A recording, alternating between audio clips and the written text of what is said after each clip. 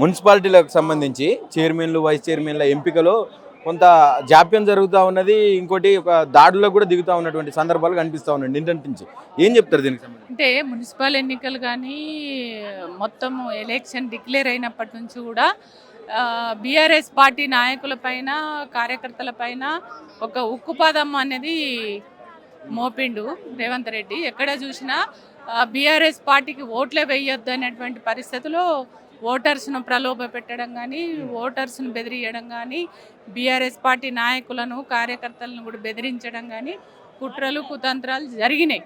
అవన్నీ జరిగినా కూడా ఇవాళ బీఆర్ఎస్ పార్టీని గెలిపించాలి, బీఆర్ఎస్ పార్టీ ఇవాళ మాకు తెలంగాణకు ఒక కేసీఆర్ గారే సరైనటువంటి నాయకుడు అనేది భావించినటువంటి తెలంగాణ ప్రజలు బీఆర్ఎస్ను గెలిపించుకున్నారు. వాళ్ళ మీరు ఓటు బ్యాంకు చూస్తే వాళ్ళకంటే అధికార పార్టీ కంటే ఎక్కువ మనమేం తక్కువేం లేము. అధికారంలో ఉండి ఎన్ని ప్రలోభాలు ఎన్ని కుట్రలు చేసినా కూడా మనకు ఓటు బ్యాంక్ అనేది మనం అనుకున్న దానికంటే ఎక్కువ వచ్చి అంటే అది వచ్చి అవి గెలిచినాక కూడా మనల్ని కాకుండా అంటే మనం అంటే అక్కడ చైర్మన్కు కానీ వైస్ చైర్మన్ కానీ మనం సరిపోను కోరం ఉన్నా కూడా దాన్ని అడ్డుకొని దాన్ని కూడా మనల్ని మున్సిపల్లోకి పోకుండా పోలీసులను పెట్టి అడ్డుకొని మన వాళ్ళను బీఆర్ఎస్ పార్టీ నాయకులు అభ్యర్థులను ఎత్తుకపోవడం కానీ బెదిరించడం కానీ అవన్నీ చాలా చోట్ల మీరు కూడా చూస్తారు. ఒక దుర్మార్గమైనటువంటి పద్ధతిలో రేవంత్ రెడ్డి అవలంబిస్తున్నాడు. ఇప్పుడు అవలంబిస్తుండొచ్చు, ఇప్పుడు రాకుండా నువ్వు ఇక అధికారం ఉంది కాబట్టి అధికార దుర్వినియోగం చేసి బెదిరించి ఏదో ఒక రకంగా నువ్వు ఇబ్బంది పెట్టాలని చూస్తావు కావచ్చు. ఇవన్నీ తెలంగాణ ప్రజలు గమనిస్తలేరా? ఇవల్ల అంత పెద్ద సమైక్య పాలకులను 60 ఏండ్ల పరిపాలన చేసి ఇవాళ తెలంగాణ వద్దన్నటువంటి తెలంగాణ పాదమే వాడద్దన్నటువంటి వాళ్ళను ఎదిరించి తెలంగాణలో ఉన్నటువంటి ప్రజల్ని ఏకం చేసి తెలంగాణ తెచ్చినటువంటి వ్యక్తి కేసీఆర్ గారు. అట్లాంటి కేసీఆర్ని నువ్వు ఇవాళ అదే పార్టీ బీఆర్ఎస్ తెలంగాణ కోసమే పుట్టిన పార్టీని లేకుండా చేస్తానంటే ఇవాళ ప్రజలు జీర్ణించుకుంటారా? ప్రజలకు కావాల్సింది కేసీఆర్ గారు. ఇవాళ బీఆర్ఎస్ పార్టీ అయితేనే రేపు తెలంగాణకు మంచి చేస్తుంది, ఒక పారదర్శకంగా ఉంటుంది, బ్రహ్మాండంగా అభివృద్ధి జరుగుతుంది, మాకు అండగా ఉంటాడు అనేది వాళ్ళ తెలంగాణ ప్రజలు భావిస్తున్నారు. మాజీ మంత్రుల మీద కూడా దాడులకు యత్నిస్తూ ఉన్నారు, తెగబడుతూ ఉన్నారు. అటు మన మల్కాజ్గిరిలో చూసుకుంటే అక్కడ కూడా ఓటింగ్ రోజే అక్కడ గొడవ జరిగినట్టుగా కనిపించింది, దాడులకు కూడా దిగినటువంటి. ఏం జరుగుతూ ఉన్నది తెలంగాణ? అంటే ఇన్ని రకాల ప్రలోభ పెట్టినా ఇన్ని రకాల ఇబ్బందులు పెట్టినా వీళ్ళైతే ప్రజల ప్రేమ అనేది దగ్గరైతున్నారు, ప్రజలకు దగ్గరైతున్నారు. కాబట్టి మంత్రులను కానీ ఇంకా పెద్ద పెద్ద నాయకుల పైన దాడులు చేసి అరెస్టులు చేసి కేసులు పెడితే ఇంకా ప్రజలు భయపడతారు, ఇవాళ ప్రజలు దూరం అవుతారు అనేటువంటి ఒక భ్రమలో రేవంత్ రెడ్డి ఉండి ఇవన్నీ కుట్రలు చేస్తున్నాడు. ఇవన్నీ రాజు నేనే మంత్రి అని చెప్పి ఢిల్లీ చిట్చాట్లో మాట్లాడుతూ ఉన్నటువంటి సందర్భం. ఈరోజు జాతిపిత అని చెప్పి పుట్టినరోజు సందర్భంగా శుభాకాంక్షలు తెలుపుతూ అనేక ప్లకార్డులలో పోస్టర్లలో చూసినాం జాతిపిత అని చెప్పి.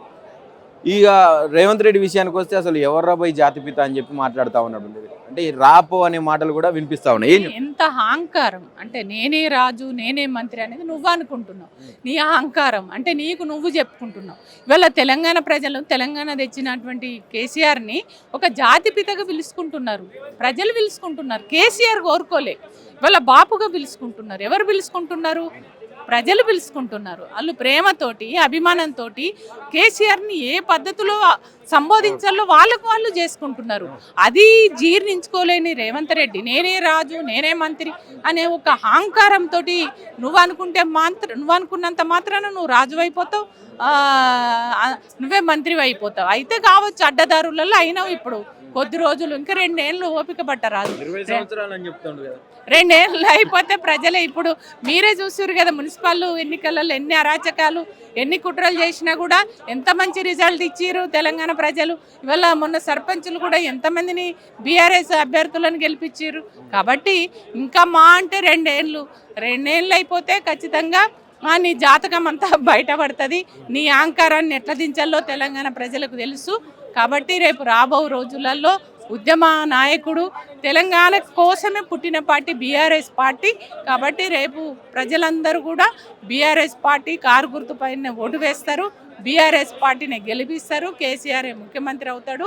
ఖచ్చితంగా తెలంగాణ ప్రజలకి ఇవాళ వాళ్ళకు అనుకూలంగా తెలంగాణ ప్రజల భాగస్వామ్యంతో తెలంగాణ రాష్ట్రాన్ని బ్రహ్మాండంగా అభివృద్ధి చేస్తారు కేసీఆర్ గారు. ఫైనల్ గాక దగ్గర నుంచి చూసిన వ్యక్తివి నువ్వు కేసీఆర్ గారిని గతంలో ఉద్యమ నాయకుడిగా చూసిర్రు, ఆ తర్వాత ముఖ్యమంత్రిగా చూసినారు, ఇప్పుడు ప్రతిపక్ష నాయకుడిగా చూస్తూ ఉన్నారు.